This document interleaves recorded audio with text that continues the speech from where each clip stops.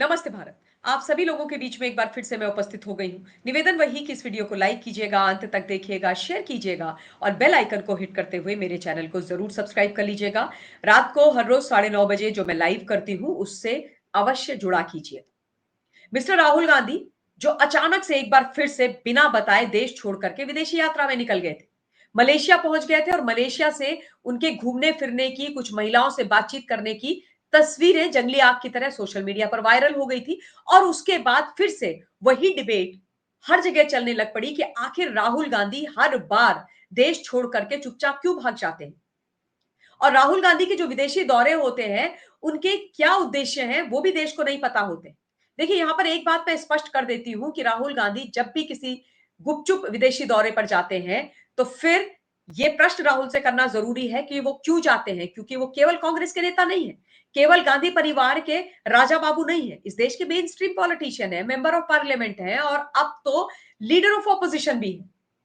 तो जब भी वो देश छोड़ते हैं, किसी भी विदेशी राष्ट्र में जाते हैं, तो उनके दौरे का क्या उद्देश्य है, वो कहां जा रहे हैं, क्यों जा रहे हैं, किससे मिल रहे हैं, ये तमाम जानकारियां देश के पास होनी चाहिए।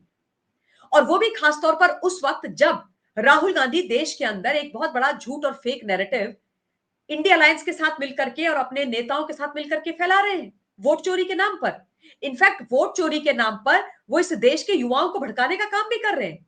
वो यहां तक बोल चुके हैं कि भाई इस देश के अंदर फायर जैसी सिचुएशन होगी, इस देश के अंदर फायर हो सकती है। वोट चोरी का मुद्दा इतना बड़ा है, सुनिए।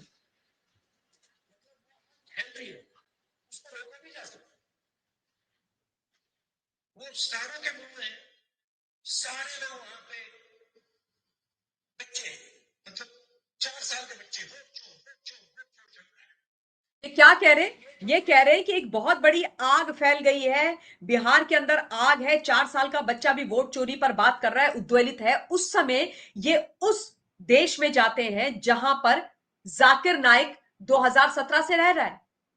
जाकिर नाइक जो मोस्ट वांटेड है हमारे देश का, हम उसके प्रत्यार्पण की बात कर रहे हैं मलेशिया से, है ना। जाकिर नाइक जो ठसक के साथ एक लग्जरी घर में, फ्लैट में रह रहा है मलेशिया के कुआलालंपुर में। ये उसकी जो बालकनी है घर की, उसकी ही ये तस्वीर है।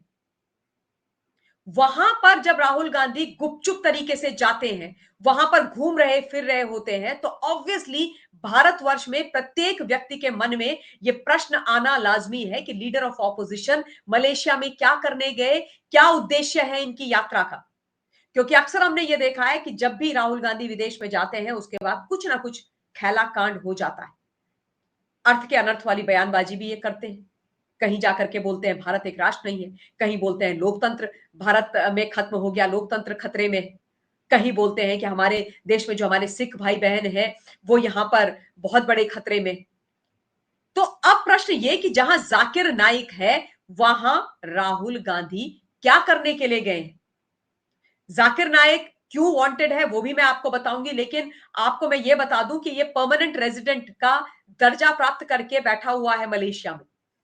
जब 2017 में ये वहां पर गया था तो इसको केवल शरण नहीं मिली थी, बल्कि आनंद फानन में इसको परमानेंट रेजिडेंट का दर्जा वहां पर दे दिया गया था, यानी जब तक वो चाहे मलेशिया में रह सकता है।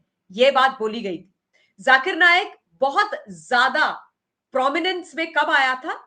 जब 2016 में बांग्लादेश की राजधानी ढाका में एक बहुत ही डेडली बॉम्ब ब्लास्ट हुआ था और इस धमाके में 260 से ज्यादा लोगों की मृत्यु हो गई थी। और यह कहा गया था कि जाकिर नाइक की जो हेट स्पीचेस हैं उनके वीडियो से प्रभावित होकर के ढाका के अंदर ये हमला हुआ था और उसके कुछ महीनों के बाद जाकिर नाइक भारत छोड़ करके भाग गया था, क्योंकि ये जानता था कि भैया यहां तो ये बच नहीं पाएगा, इसकी ऐसी तैसी होगी, ये गिरफ्तार होगा और उसके बाद इसका खेला हो जाएगा, यानी कि कानूनी तौर पर इसको सजा मिलेगी।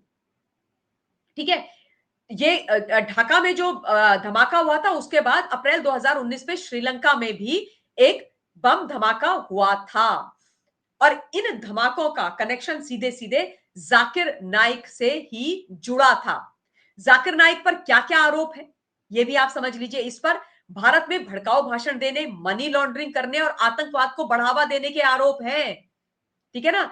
उन मई 2019 में ईडी ने जाकिर नाइक के खिलाफ टेरर फंडिंग के मामले में चार्जशीट दायर की थी। इस चार्जशीट में बताया था कि एजेंसी ने अब तक 193 करोड़ रुपए की संपत्ति की पहचान कर ली है, जिसमें से 50 करोड़ से ज्यादा की संपत्ति जब्त की जा चुकी है। और ये करोड़ों रुपया जाकिर नाइक, वो जो पीस वीस करके इसका एक एनजीओ चलाता था, ये उसमें इसने इकट्ठा किया और इसने इस देश के अंदर कई दंगे करे हैं। दिल्ली के अंदर जो सीए के नाम पर दंगे हुए थे, उन दंगों को फंड करने का भी आरोप जाकिर नाइक पर लगा था।